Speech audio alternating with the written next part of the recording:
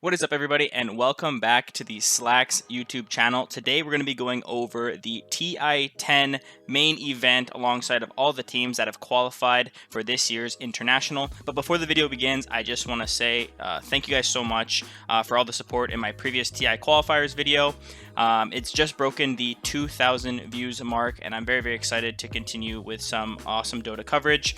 And I hope you guys support this video as much as the last one. So jumping right on into it. We now know all of the 18 teams that have qualified for TI. Obviously, we see the roster of teams here as the invited Dota Pro Circuit teams alongside the qualifying teams.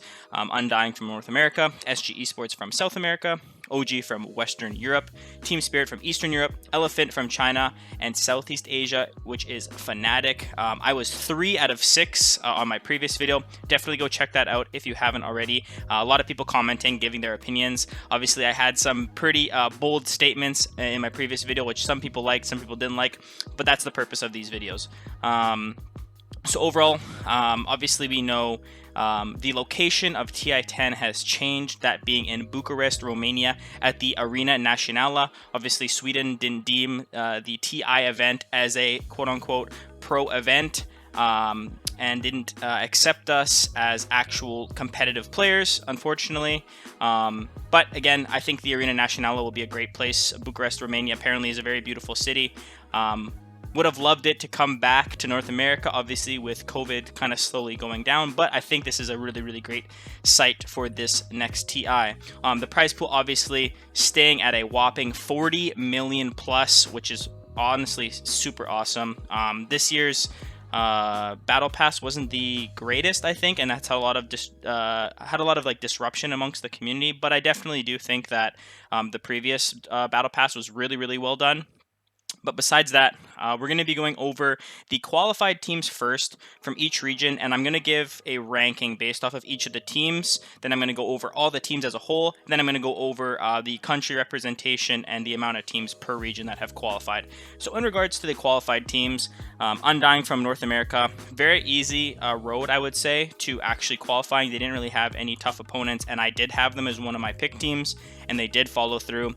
I definitely think Tomato played very well throughout this entire North American qualifier series, and they didn't really have anyone that showed up to fight them.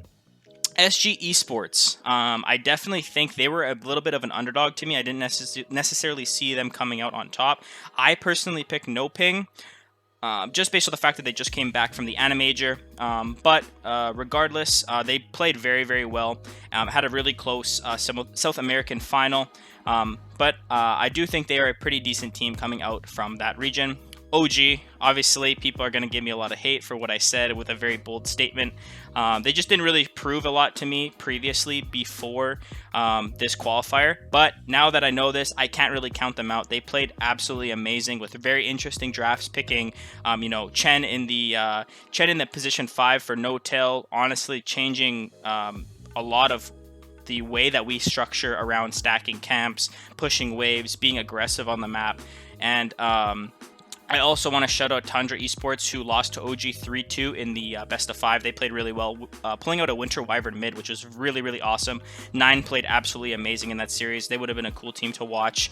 But we'll get into my opinions on some teams that I wish would have been here a little bit later. OG played amazing, though, and all congrats to them. Team Spirit, I think that was a pretty easy prediction. I predicted Team Spirit to go along to the TI main event as well.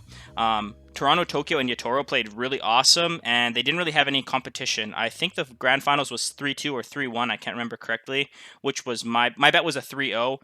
So they definitely did have a little bit of some collapsing in some of the games that they had played, getting affected in like a late game standpoint, but I definitely think they were the strongest team out of Eastern Europe. Elephant played good as well. They qualified through the China qualifier. They lost initially to eHome, then beat Magma to go back and play eHome, beating them as well in the final 3-1. I had Elephant, and I definitely think they're a pretty strong team to look out for. I think you never really underestimate a lot of these teams, even though they came out of a qualifier. Especially Fnatic coming from the Southeast Asia qualifier.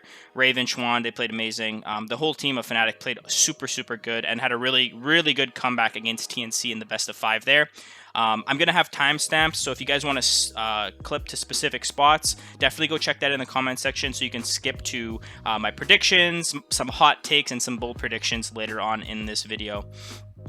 So going on into the entirety of the teams, I definitely do think that there are some front runners that come in regards to every TI. There's always some front runners, but we're going to start with the teams that I think are not going to do necessarily that well, that I don't really think I see doing all that well coming into TI. Obviously, we are going to have a new patch, which will affect, obviously, the games coming up, TI now being moved to October, but I definitely do think that some of these teams are still just not as competitive as others. Some of these teams that I'm going to mention include actually Team Aster. They haven't really showed up that great in terms of the previous DPC season. They had a lot of these DPC Pro Circuit points at the beginning of the year, and I don't think it necessarily carries over into TI. Again, a patch can change a lot of things. These are just some bold predictions that I think, so no one can flame me in the chat down below. Another team that I don't think is the actually two teams rather is the two teams from South America, Beast Coast and Thunder Predator. I definitely think Thunder Predator is a better style team. They just recently added Fear as a coach as well, so I definitely think they will do better. Beast Coast I see as probably the weakest team coming out of all the teams that have qualified, regardless of the actual qualified teams. But I don't think Beast Coast necessarily has the best playstyle and or just the best. They're not the best fit to actually competing at a high level of play. You know, guys like K1 and Chris Luck, they're not necessarily the they are semi-hyperactive carry players, but the way that the meta is right now and the way that it might switch, I don't think it'll switch all that much. I just don't really see them being all too consistent throughout the event. So the three teams I would say out of the invited teams, I would say Team Aster, Thunder, and Beast Coast are probably your weaker teams. And in terms of the qualified teams, I think your weakest, again, is probably SG Esports and Team Spirit. I'm just not a big South American fan, to be honest with you. I definitely think that they have better structures than they previously did in many previous years. But overall, I just think that the overall competitive nature of South America is just not at a high peak level as it is right now. And I would say that same thing for North America as well. I definitely don't see North America being a team that is super stylized to be the most competitive region. That would definitely probably be like Southeast Asia, China, and Western Europe. And not even talking about Western Europe, Nigma, Tundra, Liquid, teams like that didn't even get to qualify, and that kind of shows that balance and that imbalance, I guess you'd say, in terms of the difference between a South American and a Western Europe. So yes, Team Spirit and SG are probably my two teams that I would say are not the most likely to do well in terms of the qualified teams. I definitely have a little bit of bias to Undying being North America. They also have two Canadians on their team, so I really appreciate them, and they actually did play pretty decently well in terms of their qualifier. And again, North America is not necessarily the strongest region, but I could see them being on par or a little bit better than these two teams and having a pretty good game against Team Aster. You know, you have guys like Moon Meander, Dubu, Bryle, Tomato being a very good Peruvian player. So I just see them doing a little bit better in terms of a lot of these other teams. Now jumping on to a evaluation of all the teams combined, where everyone came to this video for. I'm going to be bold again. I don't think OG will win TI-10. I definitely think they come in as a little bit of, not necessarily an underdog, but they don't come in with that power that I see a lot of teams coming out from. And if they prove me wrong, I will 100% admit my own faults, as I did in my previous video in the comment section. If I got to be honest with you, I don't see any of these teams competing in regards to four teams in particular, that being Evil Geniuses, PSG.LGD. I definitely have Team Secret in there. They are a little bit finicky, but I definitely do think this might be a year where Team Secret kind of flubbed a little bit of the DPC season. Then they come in really hot. And I'm actually going to throw in T1. I think those are like my four teams that I'm going to be looking out for specifically.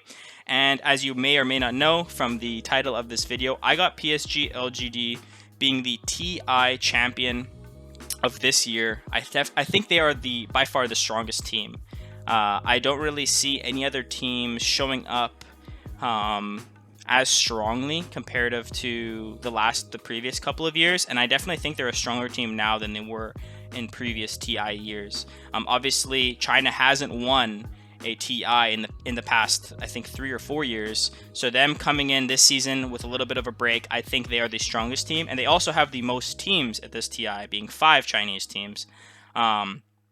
Jumping down into, again, DPC region representation, you have China, North America, South America, Western Europe, Eastern Europe, and Asia. You have 5, 3, 3, 3, 2, 2. So you definitely can see that I think China, even if they're not necessarily a powerhouse region, right now, people kind of take them as like an iffy region, but I just see PSG being just so much above everyone in China, and they proved that in the previous ANA Major and previous major championships. So overall, I think PSG.LGD is going to be the TI-10 champion. I'm going to predict PSG and Evil Genius's final for this year's TI, with PSG beating EG 3-2 or 3-1. That's my overall prediction. I see if you want to range it in terms of a upper bracket and lower bracket. Obviously, 8 teams come from the upper and 8 teams go to the lower, and 2 teams are eliminated. If I have to eliminate 2 teams, obviously we do not know the brackets, I would eliminate Beast Coast and SG Esports. I think are the 2 that I think will get eliminated off the bat, that being 2 South American teams. If I have to go top 8 and bottom 8, again, this currently depends on what the actual groups look like, but if I have to take a top 10, I would take Evil Geniuses, PSG, Virtus Pro, Invictus, I'm going to say T1, so that's 5, 6, and then I'm going to go 7, and I'm going to go 8. Those are going to be my top 8, I think, that would qualify to the upper bracket. So that being Evil Geniuses, PSG, Virtus Pro, Invictus, T1, Team Secret, OG, and Elephant. I think those are like my top 8 teams right now. I definitely think it's a difficult pick between Fnatic, but I think if Fnatic comes up against another Chinese organization, I think the Chinese teams just play so well into the SEA style of play, so that's why I have them in a lower bracket. But the bread and butter, PSG.LGD winning this year's TI-10. Please comment in the comment section down below what you guys think about my overall predictions for this year's TI-10. I'm definitely very excited for this year. Obviously, being it pushed back a couple of months, it's going to be a little bit difficult to have anything else to watch in Dota for right now. But again, I had a lot of people come in for my previous video, so if you haven't watched that, definitely go take a look at that. And I hope I see a lot of you guys from the previous video in today's video. Thank you guys so much again for watching. Make sure to like, sub, and again, comment down below. I appreciate the time. Have a good day. Peace out.